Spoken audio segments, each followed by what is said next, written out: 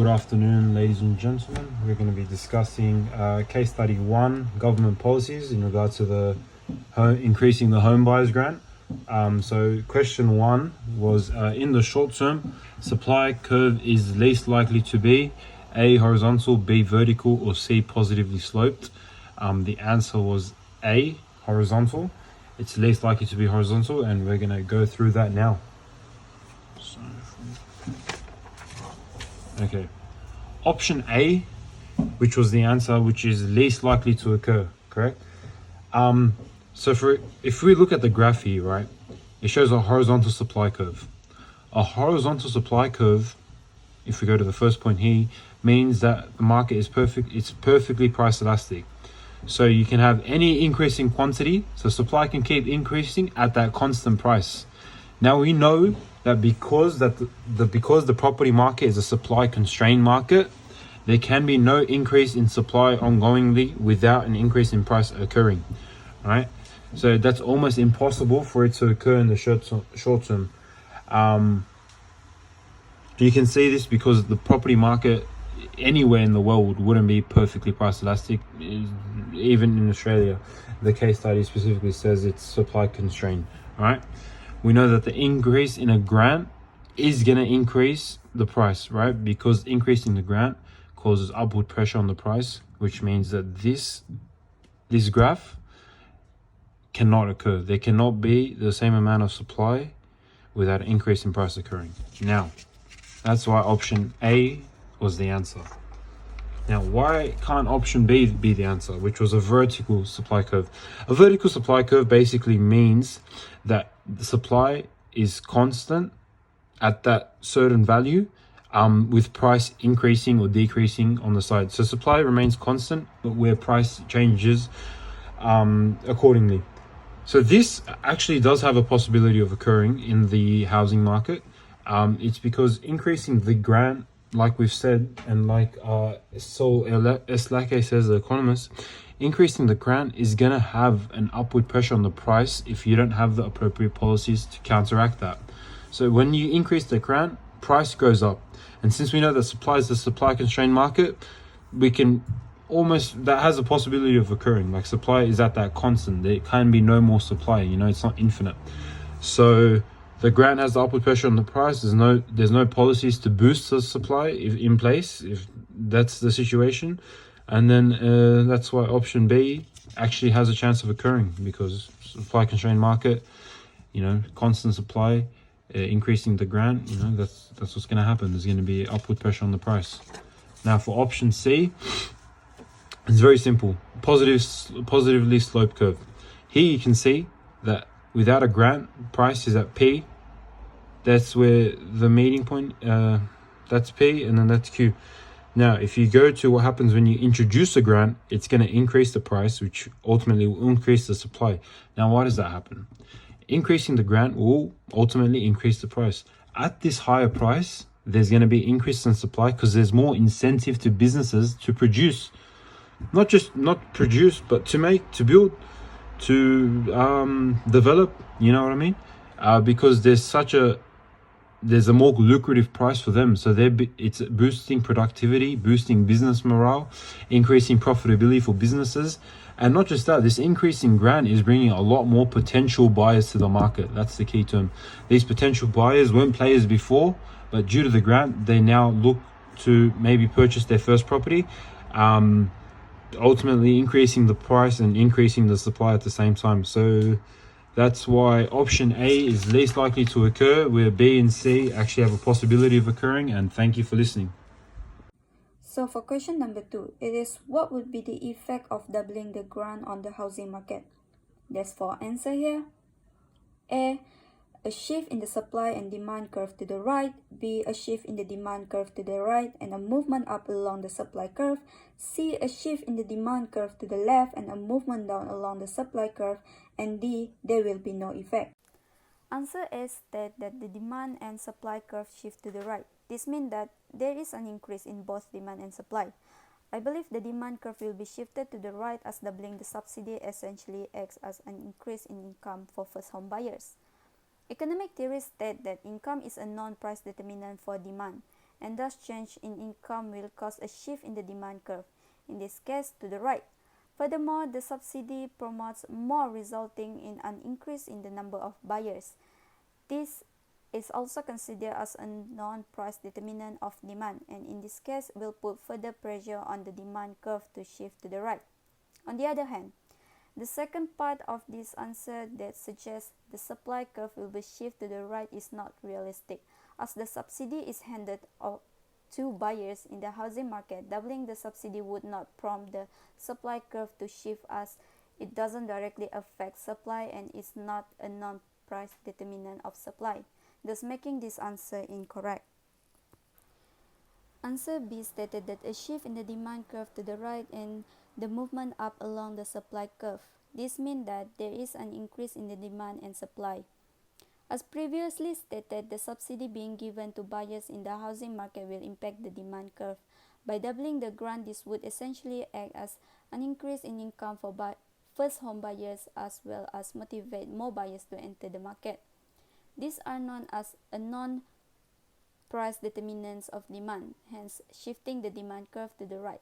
Furthermore, a movement up along the supply curve in this situation is accurate, as the supply is reacting to the increase in price created by the shift in the demand curve to the right. Thus, I believe the correct answer is B. Next answer is C, that stated that a shift in the demand curve to the left and a movement down along the supply curve. This means that the demand and quantity supply is decreased. When the demand curve shifts to the left, this indicates that the market of the good is less desirable. However, this directly contradicts with economic theories of applying a subsidies to buyers. Theories state that the implementation of subsidy inherently benefit both buyers and sellers, yet a shift in demand to the left decreases demand and does not mirror the effect of a subsidy. Furthermore, the specific non-price determinant and their effect in this situation have already been explained in previous answer. Thus, I believe this answer is incorrect. Lastly is answer D, that stated there will be no effect for demand and supply curve after doubling the grant. After analyzing previous answer, this answer can be completely disregarded. As previously stated, when a subsidy is applied, depending on which party it is given to, will affect the corresponding supply or demand curve. In this case, when doubling the grant given to buyers, a shift in the demand curve to the right will occur. Thus, an effect occurs, making this answer is incorrect. Okay, so question 3 is, according to Sal Eslake, which party will be made better off by the grant? Before we start, it is important to understand who is behind these bold claims. Economist Sal Eslake is considered a veteran in the economics field and has vast, credible experience, most notably holding the position of chief economist at ANZ. In the article, Mr. Eslake states that the First Home Buyers Grant is a complete waste of money, also insisting that the addition of such grants in a supply-constrained housing market increases the price of houses by the amount of the grant. So what does this mean, and who will benefit? Answer A states that the buyers will benefit. On paper, this claim would be seen as true, as the subsidy is initially granted to the first home buyers with the aim of increasing affordability in the housing market. However, a shift in the demand curve to the right in a supply-constrained market, or in other words, inelastic supply, as seen in Figure 1, would result in a sharp spike in prices and only a small increase in housing quantity. This can be backed up by Mr. Eslake's claims, as previously mentioned, in which he infers that the true effect of the grant would be inflationary, in fact raising house prices by the amount of the grant. Thus, an increase in prices does not necessarily increase housing affordability, having little to no benefit for the buyers, making this answer incorrect. Moving on, answer B states that the sellers will benefit. Now, at initial glance, this answer clearly contradicts with the aims of the First Home Buyers Grant. However, if we look in the greater detail, we can see that, as previously mentioned, Mr. Eslake states that the effect of the subsidy would be inflationary, driving up prices by the amount of the grant, and therefore failing to aid affordability. This effect on the market is shown in Figure 2. Although interpreted as a negative for buyers, this can be seen as a positive for sellers, as the market value of their properties has increased without them having to raise a finger. Essentially, Mr. Slake believes that the grant of money given to the first home buyers will eventually end up in the pockets of existing homeowners. For this reason, I believe this answer is correct. Regardless, I will briefly consider the last two answers. Answer C states that both the buyers and sellers will benefit equally. This answer is a combination of both A and B. Theoretically, this answer is feasible, as the implementation of a subsidy given to either the buyers or sellers, in this case the buyers, will provide some sort of benefit to both parties. However, in the case of the first home buyers grant, this answer can be regarded incorrect, and as previously stated, Mr. Slake's claims insist that the buyers reap no real benefit because the subsidy fails aid affordability, whilst the sellers or existing homeowners enjoy an increase in the value of their homes. On a technicality, even if some buyers benefited from the grant, to say all buyers share equal benefit with sellers, as the question insists, would be incorrect from Mr. Slake's point of view. Lastly, answer D states that no one will benefit. This answer can be disregarded immediately, as the implementation of a subsidy theoretically has an inherent benefit, regardless of who it benefits.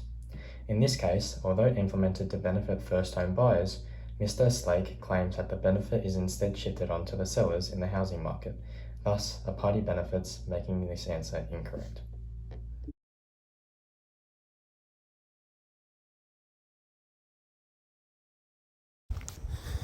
Increasing the first home buyer's grant is a feasible approach to take on depending on the health of the economy and many other factors. It has an effect on many different players in the market. The increase in the home buyer's grant would lead to significant changes in consumer behavior with increased consumer confidence and trust.